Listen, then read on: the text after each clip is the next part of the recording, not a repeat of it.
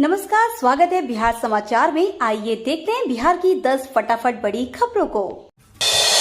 CM Nitish Kumar अस्वस्थ हुए, सारे कार्यक्रम रद्द। मुख्यमंत्री नीतीश कुमार अस्वस्थ हो गए हैं। सीएम हाउस में डॉक्टरों की टीम लगातार उनका देखरेख कर रही है। स्वास्थ्य को देखते हुए मुख्यमंत्री के कार्यालय की ओर से एक चिट्ठी जारी की गई है। इसमें स्पष्ट लिखा गया है कि मुख्यमंत्री नीतीश कुमार अस्वस्थ हो गए, इसलिए मंगलवार को उनके सारे कार्यक्रम रद्द कर दिए गए हैं।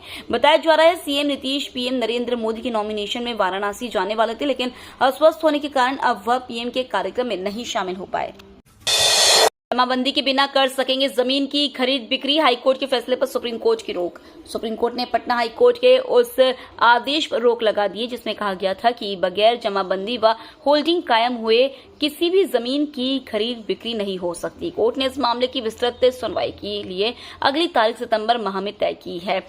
न्यायमूर्ति पीएस नरसिम्हा और न्यायमूर्ति अरविंद कुमार की खंडपीठ ने समीउल्लाह की ओर से दायर एसएलपी पर सुनवाई करते हुए निर्देश दिया। यह मालूम हो कि इस नियम के तहत शहरी क्षेत्र के अपार्टमेंट और फ्लैट को छोड़कर सभी इलाकों में जमीन की रजिस्ट्री के लिए विक्रेता के नाम से संबंधित प्लॉट की जमाबंदी होना अनिवार्य कर दिया था। इस जमाबंदी का उल्लेख नए डीड में भी किया जाता है।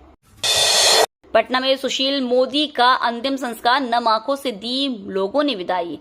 बिहार के पूर्व डिप्टी सीएम सुशील कुमार मोदी का कैंसर का इलाज चल रहा था। दिल्ली के एम्स में उन्होंने आखिरी सांस ली।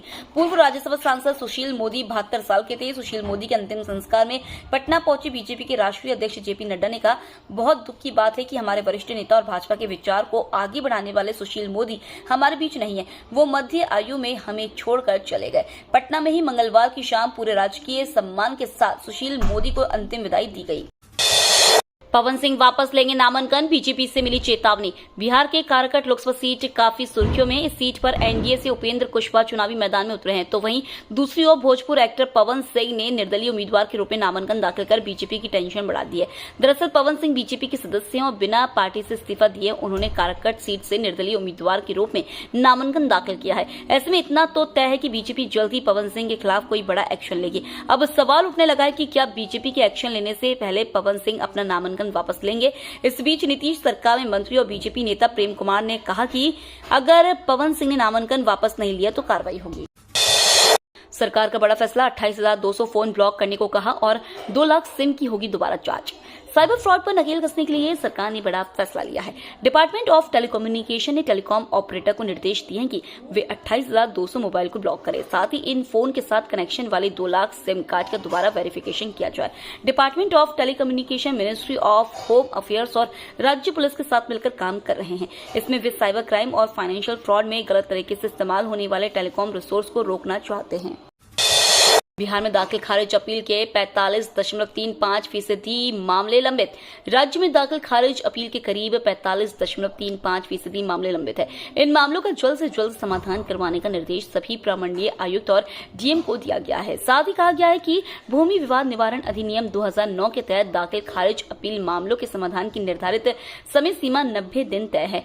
इसमें नए वादों का निराकरण करने का निर्देश दिया गया है। साथ ही 90 दिन से अधिक लंबित वाले वादों का निराकरण त्वरित गति से करने के लिए कहा गया है। इस संबंध में राजस्व एवं भूमि सुधार विभाग के अपर मुख्य सचिव दीपक कुमार सिंह ने सभी प्रमंडलीय आयुक्तों और डीएम को पत्र लिखा है।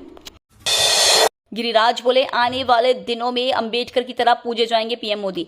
बिहार के बेगूसराय लोकसभा क्षेत्र से बीजेपी के प्रत्याशी सह केंद्रीय मंत्री गिरिराज सिंह ने एक बार फिर कांग्रेस सहित राहुल गांधी के पूरे परिवार पर निशाना साधा है। उन्होंने कहा कि वह लोग उखल पर चढ़कर नरेंद्र मोदी की बराबरी करने की कोशिश न करें। आज नरेंद्र मोदी देशवासियों के लिए आइकॉन बने हुए हैं और आने वाले दिनों में नरेंद्र मोदी बाबा साहेब भीमराव अंबेडकर की तरह लोगों के बीच पूजे जाएंगे।